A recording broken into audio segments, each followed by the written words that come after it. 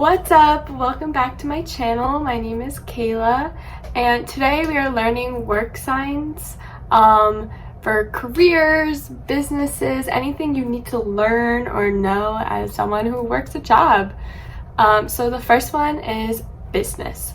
So you start with the B, have your other non-dominant hand, and business. So then office. It's usually finger spells, so if you want to say two letters in a row, you just move it over. Office. Work is work. So if you want to say a couple sentences, you would do, in English, it is where do you work? And sign language is you work where? You work. Then boss is boss. Then department, department.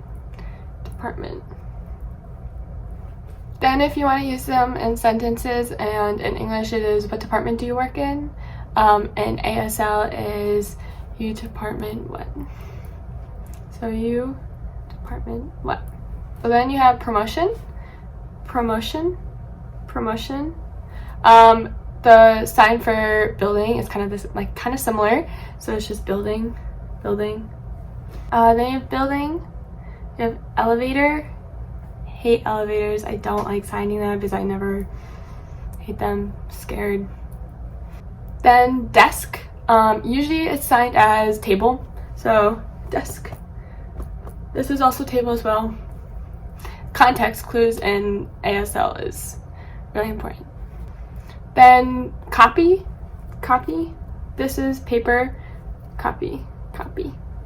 Then copy machine is copy machine. Then computer. There is also a lot of variations of these signs. So if you see another sign, it's because there's different variations. I think a couple words have 5 or 6, but this is how I was taught it. If you have another one, that's okay. Don't come for me. Then email. Then if you want to kind of say certain sentences, like, are you going up the elevator? You just say up the elevator.